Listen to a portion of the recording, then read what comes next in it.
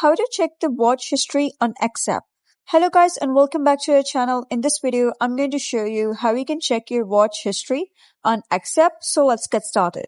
So there's not really any single option or any specific button by clicking on which you can simply check your watch history, but there are a few turnaround ways. So you're going to simply click on your profile here at the top left and head over to your profile. So once you're in your profile, you'll be able to see a couple of options over here, such as post, replies.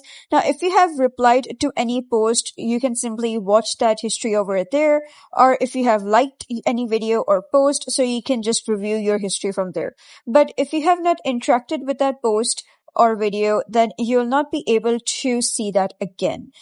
And another turnaround way is that you can simply head over to your account settings. So once you're on your account settings, you're going to click on your account and then you're going to click on download an archive of your data. And then you're going to click on request archive.